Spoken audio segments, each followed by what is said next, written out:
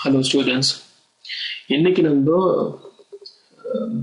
கூட்டல் பத்தி பார்க்க போறோம். How we are going to do the addition. Okay.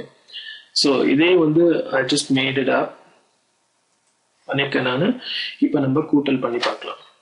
Okay. So இப்போ கூட்டல் பண்ணும்போது என்ன பண்ணுவோம் அப்படின்னா just a simple example நான் ஒன்று காமிக்கிறேன் உங்களுக்கு. எரர்ஸ் வந்து ரெடியூஸ் ஆகிறதுக்கு, அதாவது தப்புங்க வந்து நிறைய கம்மியாகிறதுக்கு சான்ஸ் இருக்கு இந்த இதுல. ஸோ இந்த காலம்ல பாத்தீங்கன்னா எது வந்து highest, that means like biggest digit எதுன்னு பாத்தீங்கன்னா 8. ஸோ மற்றதுக்கெல்லாம் வந்துட்டு நம்ம சும்மா கோடு போட்டுக்கலாம். நம்ம இந்த மாதிரி 2. ஸோ இங்க 7 இருக்கிறதுனால 7 இருக்கிறதுனால இங்க 7 கோடு போடுறோம்.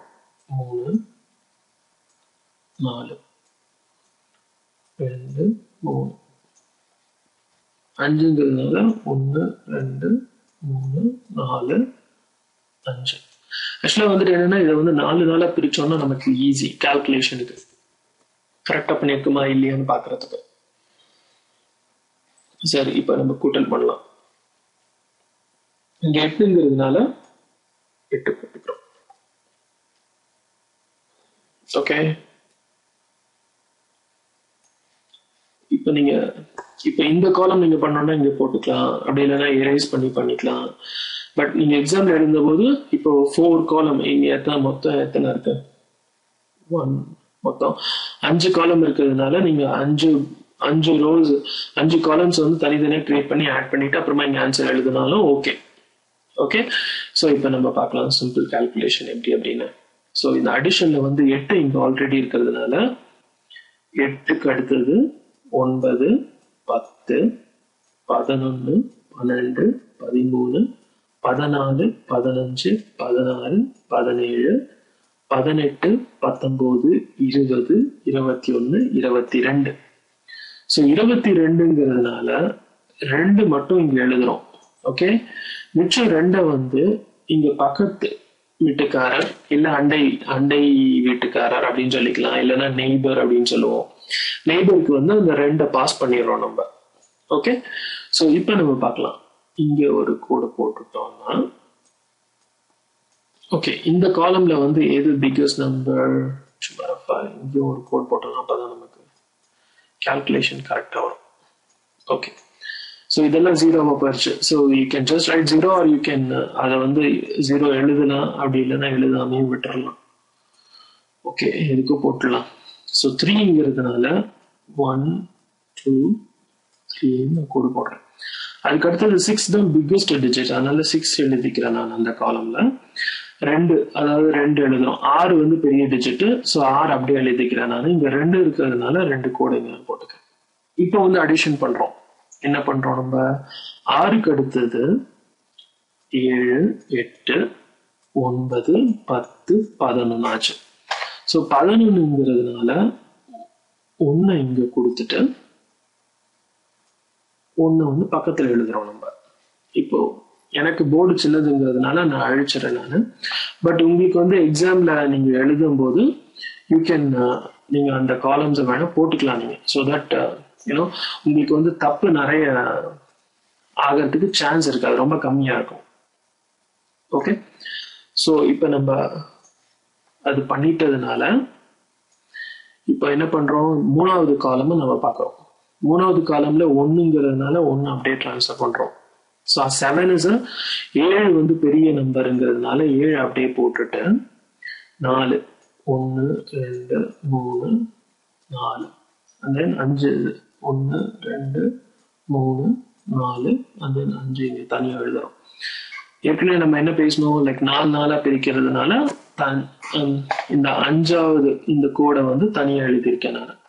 ஸோ இப்போ வந்து லார்ஜஸ்ட் நம்பர் 7ங்கிறதுனால 7க்கு அடுத்தது 8 9 10 11 12 13 14 15 16 17 18. ஸோ 18ங்கிறதுனால 8 இங்க எழுதிட்டு 1 வந்து பக்கத்துல கொடுக்குறோம். ஓகே, ஸோ இப்போ வந்துட்டு நமக்கு ரோஸ் இருக்கு, இங்க இடம் இருக்கிறதுனால நான் ஒரு கோடை போட்டுக்கிறேன் நான். ஓகே. ஸோ இப்போ இதுல வந்து இந்த காலம்ல வந்து பார்த்தோம்னா 9 வந்து பெரிய நம்பருங்கிறதுனால நான் 9 வந்து இங்க அப்படியே பெருசாவே அப்படியே எழுதிக்கிறேன் 9. ஸோ இங்க 5ங்கிறதுனால 1 2 3 4 5 எழுது. அதுக்கு அடுத்தது 0, இங்க வந்து 1, இங்க ஒன்றும் கிடையாது. ஸோ உங்களுக்கு 0 போட்டுக்கலாம், இல்லை நீங்க அப்படியே விட்டுறலாம். சரி, ஓகே. இப்போ 9க்கு அடுத்தது 10 11 12 13 14 15. ஸோ 15ங்கிறதுனால 5 வந்து இங்க எழுதுறேன் நான். இந்த 1 வந்து பக்கத்துல எழுதுறோம். சரியா? இப்ப நான் ஸ்பேஸ் இடம் இல்லாதனால நான் திருப்பியும் இதை அழிச்சிடுறேன். நீங்க வந்து எக்ஸாம்ல எல்லாம் அப்படியே யூஸ் பண்ணலாம், இல்ல நியூ ஏரியாவை நீங்க கிரியேட் பண்ணிக்கிட்டே இருக்கலாம். ஓகே. ஸோ இப்ப பாருங்க, அதுக்கு அடுத்தது வந்து என்ன அப்படின்னா 5வது காலம்ங்கிறதுனால 1 அப்படியே டிரான்ஸ்ஃபர் பண்ணிக்கிறோம்.